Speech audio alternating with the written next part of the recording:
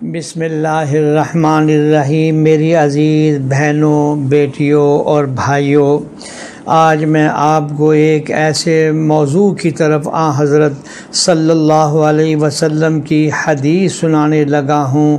وہ ہے منشیات کے بارے میں، جو ایک لعنت ہے اور کس کس انداز میں ہمارے کالج، یونیورسٹی، بچیوں کے اندر جو ہے وہ پھیلائی جا رہی ہے۔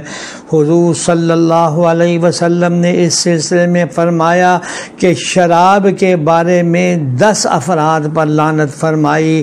نمبر 1 نچوڑنے والا، نمبر 2 نچڑوانے والا، نمبر 3 پینے والا، نمبر 4 اس کو لاد کر لانے والا، اور نمبر 5 جس کے لیے لائی جائے، اور نمبر 6 پلانے والا، اور نمبر 7 اس کو بیچنے والا، نمبر 8 اس کو خریدنے والا، نمبر 9 اس کی آمدنی کھانے والا، نمبر 10 اور اس شخص پر جس کے لیے خریدی گئی ہے۔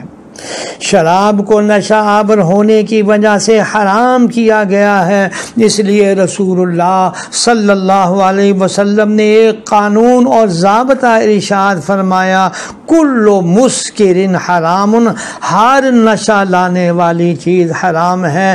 لہذا دور جدید کی ہر طرح کی منشیات حرام ہے، جیسے بھنگ ہے، چرس ہے، ہیروئن ہے، اور آج طرح طرح کے انجیکشن اور طرح کی نشہ آور چیزیں کھانے پینے کے اندر بھی مل گئی ہیں۔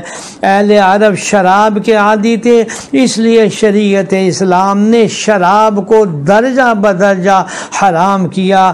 اس لیے عمر بھر کی عادت، خصوصاً نشہ کی عادت چھوڑنا انسانی طبیعت پر انتہائی مشکل اور مشقت والا کام ہے۔ عربی محاورہ ہے جس کا ترجمہ یہ ہے، کسی عادت کا چھڑانا شیر خوار بچے کو ماں کے دودھ سے چھڑوانے سے بھی زیادہ سخت ہے۔ فرمانبردار صحابہ کرام پہلا حکم پاتے ہی اپنے اپنے گھروں میں جو شراب رکھی تھی، اسی وقت شراب کو اپنے ہاتھ سے برتن کو توڑ دیا، شراب پھینک دی۔ جس کے ہاتھ میں جام تھا اس نے اسی وقت توڑ دیا۔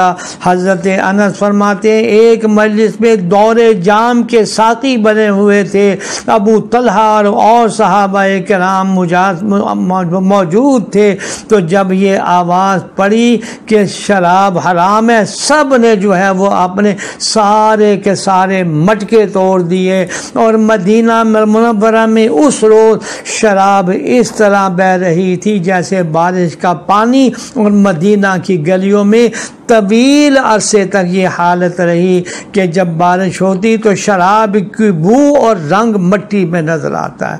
میری بہنوں اور بیٹیوں، صحابہ کرام نے شراب کی حرمت سن کر عمر بھر کی اس عادت کو اللہ جل شانہ کی رضا، جناب رسول اللہ صلی اللہ علیہ وسلم کی رضا کی خاطر عمر بھر کے لیے توبہ کر لی ہے۔ اب آج کے اس دور میں ہمارے کالج، اسکول کے بچے اور بچیاں جن نشے میں مبتلا ہیں، اللہ جل شانہ اس کی حفاظت فرمائے، اس کے بارے میں آئندہ مجلس میں ذکر کروں گا۔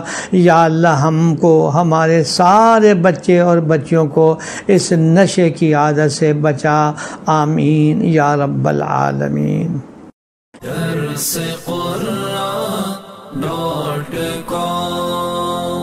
www.darsequran.com